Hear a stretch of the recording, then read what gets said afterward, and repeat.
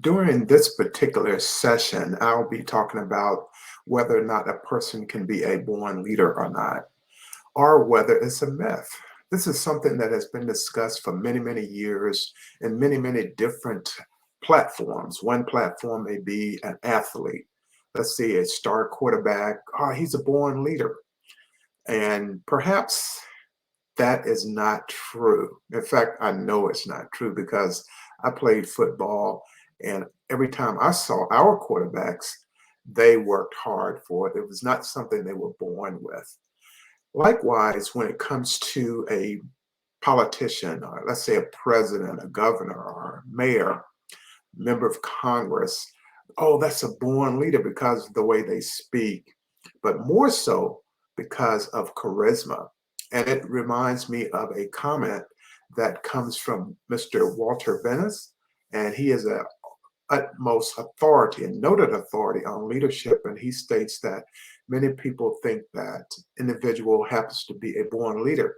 And he said that's not true because there's nothing genetically related to a person being born with that skill, but rather more so charisma. And so people buy into that charisma and they say, hey, this person, this man or woman is a born leader, when we know that they're not, because there's no factual proof nor validity to the statement itself.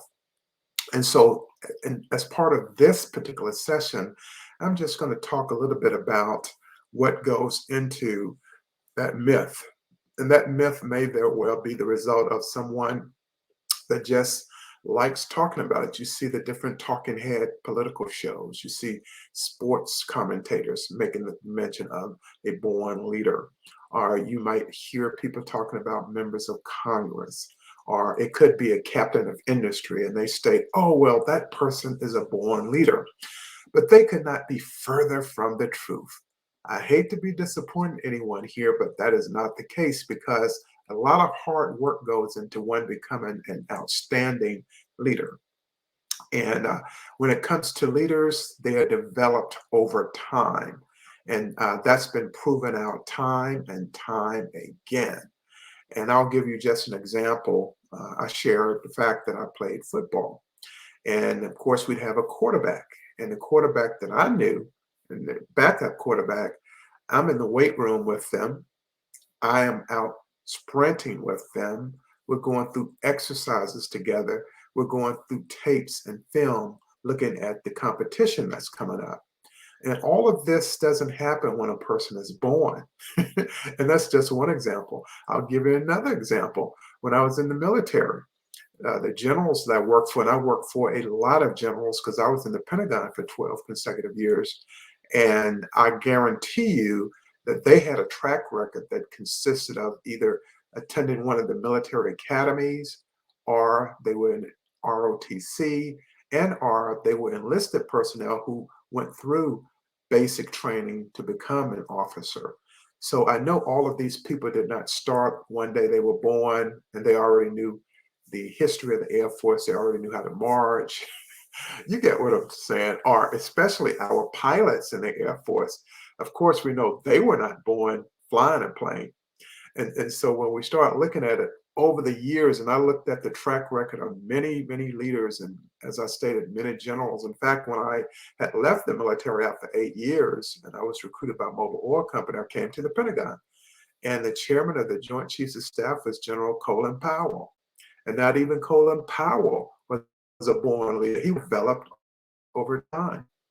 And as a result, when we look at this, and even when I worked at Mobil Oil Company, the plant manager, he was not a born leader. He probably didn't know anything about a olefins and aromatics plant, a petrochemical plant when he was born. And so again, people are born with these particular myths that are placed on them. And but it comes down to their development over the years. And I'd like to use that example of the general officers who have a lot of responsibilities that they went through basic training just like everyone else. They went to leadership schools just like everyone else. And whatever their specialty happened to be, whether it was a pilot or he commanded troops for the army or he was a captain of a ship or submarine, All of these people and the people at Mobile Oil Company, they had to go through training. So there's has nothing to do with being a born leader. So we want to take that myth away.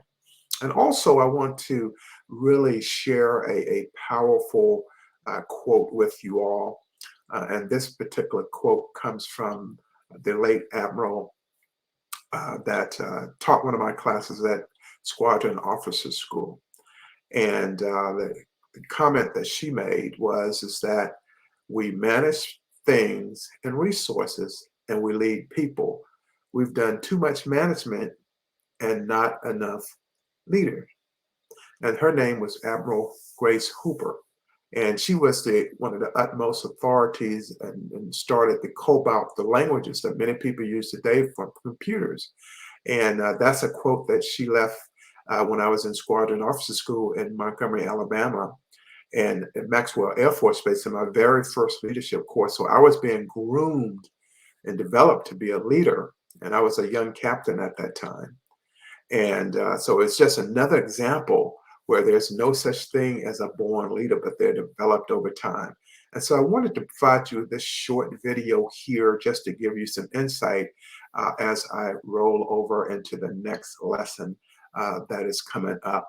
And it's one that you're going to enjoy. So thank you so much. And I also are going to put some quizzes in here for you so that we can really get a great understanding as we develop your foundation so that you can become a leader of influence. See you on the next session.